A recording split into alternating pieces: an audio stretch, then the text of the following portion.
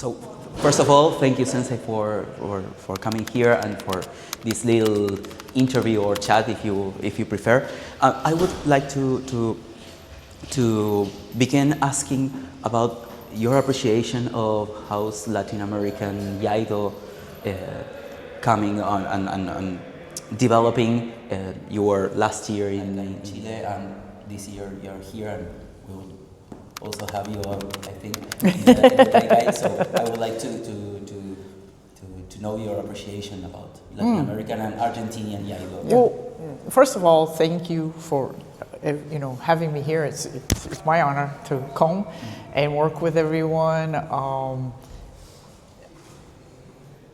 It's also an honor to be part of trying to help bring up the Iai in Latin America. But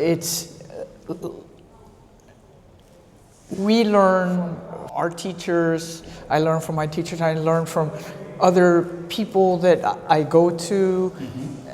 There's so many people that help me. The only way I can give back is to help other people. You turn and you pass it on to the next person. So this is my opportunity, and I enjoy doing it. I have fun teaching, and what I found in teaching, because I've been doing this with the Miami dojo, which is all Latin. Everyone's of Latin descent, pretty much in the Miami dojo. I've been doing it with them for 3 or 4 years now.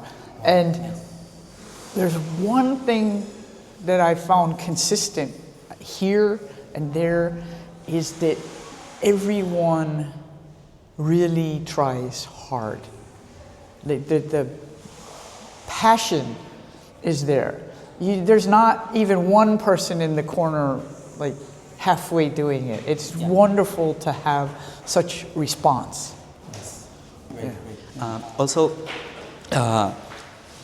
there's this characteristic in the U.S. that you have Parker Sensei, yourself Sensei, and Secreta Sensei, high-ranked female Iaidoka.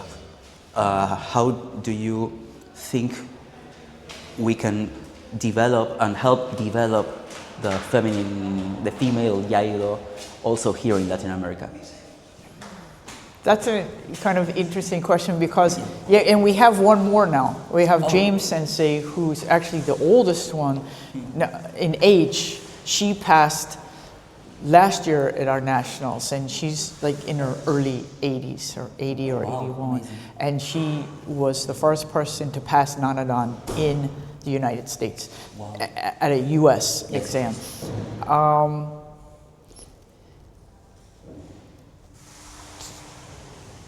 Helping each other, not seeing it as different, and being respectful.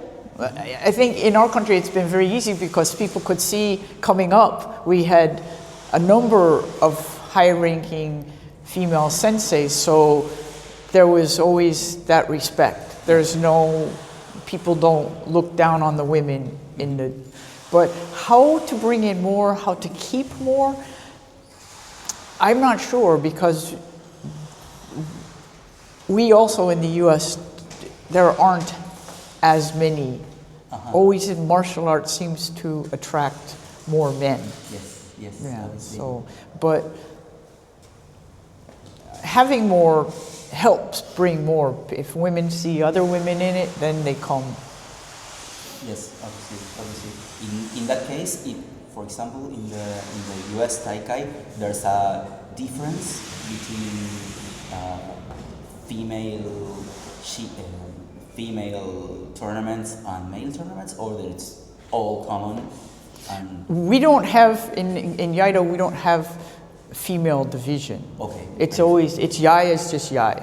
Yes. So often when Parker Sensei or I or Secreta Sensei were competing, because now we don't have competition for Nanadans.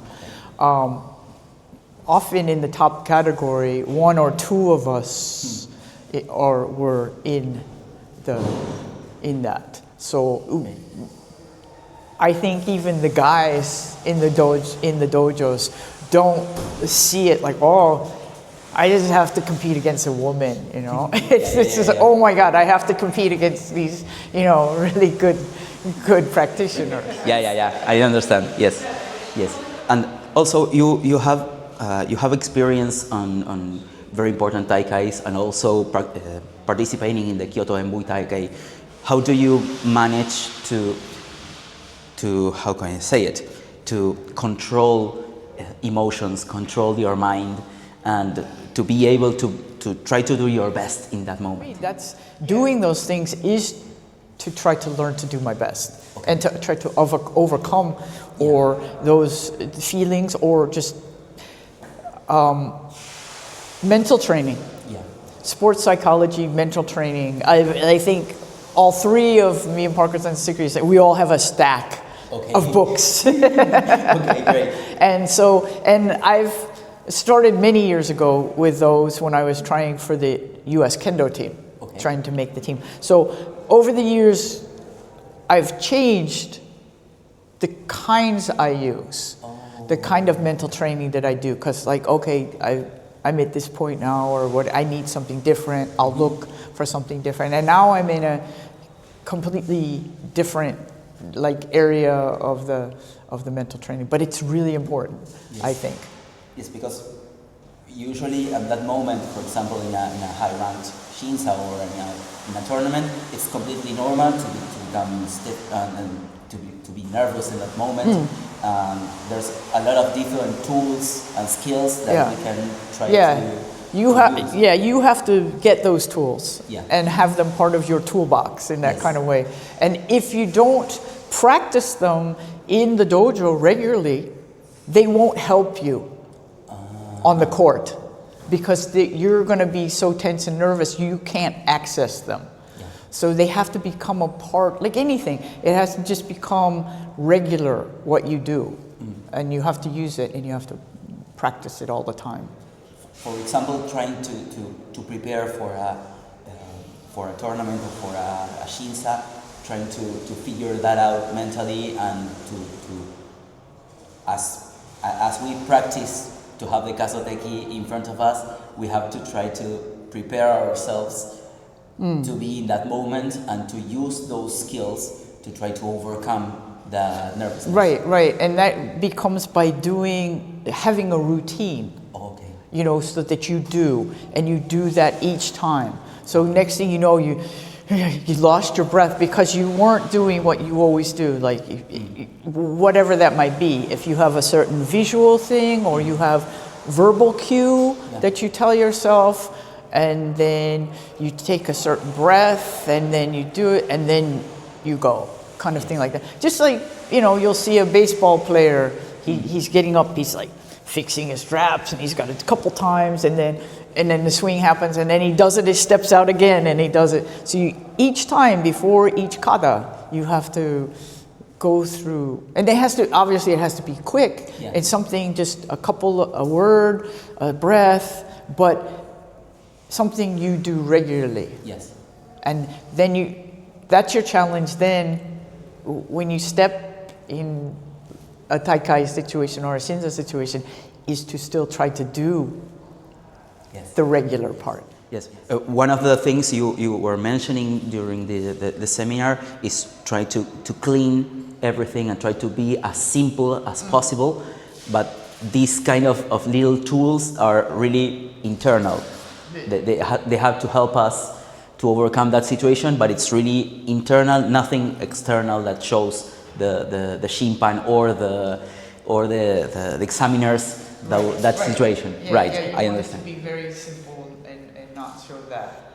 And Yai itself, I've always been told it's about taking away stuff, making it simpler. Okay. Nowadays, you have this responsibility of teaching, of becoming a reference for us and for your students in the US.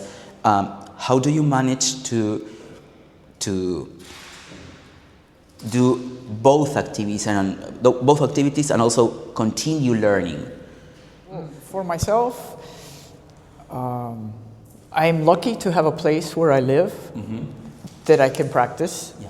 So I have space. I practice usually 6 days a week. Nice. Even for one day I teach a student that I have. Another day, a friend of mine who's a sensei at Kenzen Dojo, Parker Sensei student, Hall Sensei. He's a good friend of mine. He lives an hour away. So he comes over Monday night and we train together. And I watch him and he watches me. We try to teach each other. And then of course when I go to the dojo, would see Kato Sensei a couple times a month if possible. Yes. And also the other students, work with them and see what they're doing and check myself. Are they learning that from me?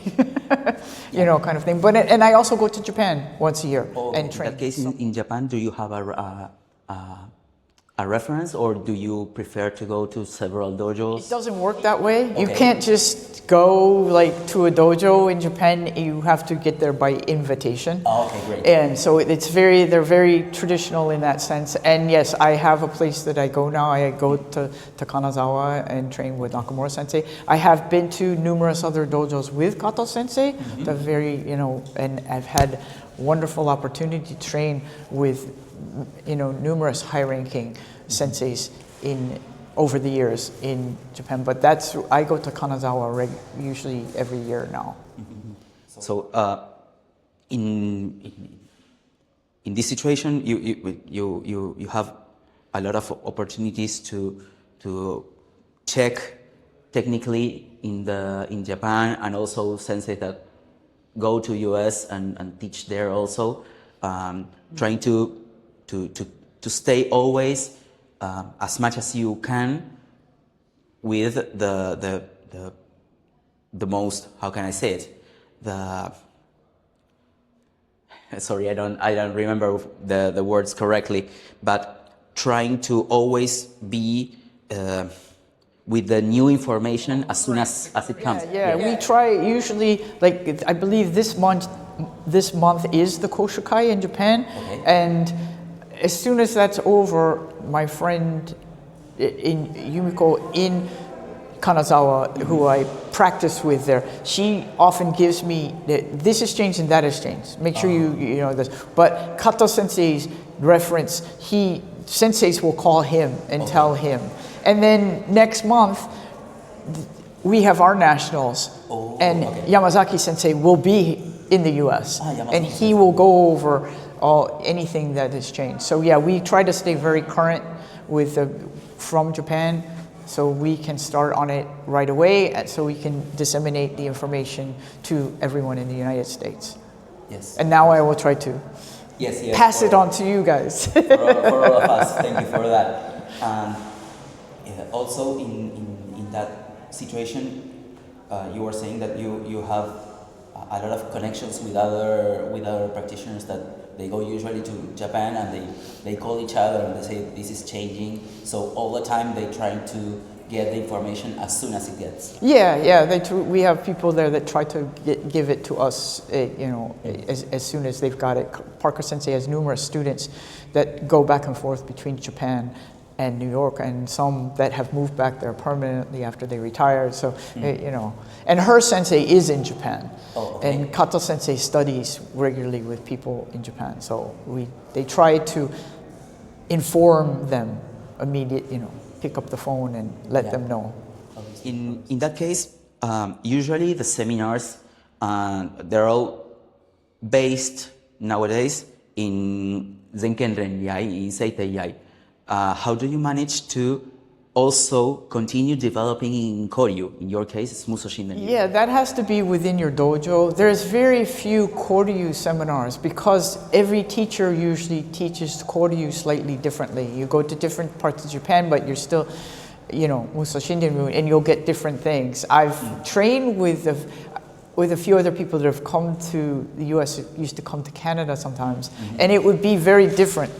Even though they came originally from the same sensei, the Kato sensei. So, but different times in their life, the sensei was teaching differently as they grew and changed. Yeah. So we try to do, at the dojo, we do some Zen Ken Yai, for the first hour, and then just do some koryu for the second hour, type of that way.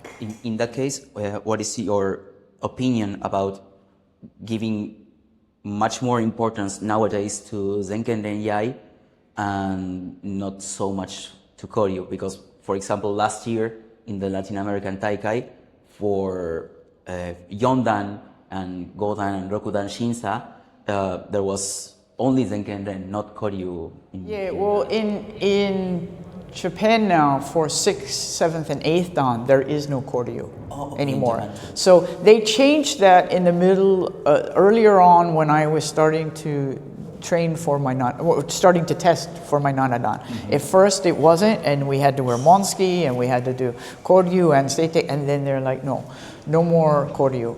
Seitei only, 6 seitei, 7 minutes, no more monski, except for hachidan. So now that becomes a little difficult now, because you have to you have to work on that a lot. But koryu can teach you the same things. Right? All the other stuff, how to cut properly, your metsuke, your kigurai, your udominaku, all those don't change. Yeah. It's just where do we do this? Maybe the chuburi is a little different, or the angles of things are a little different. But it's all about control, and controlling your sword and your body, your mind.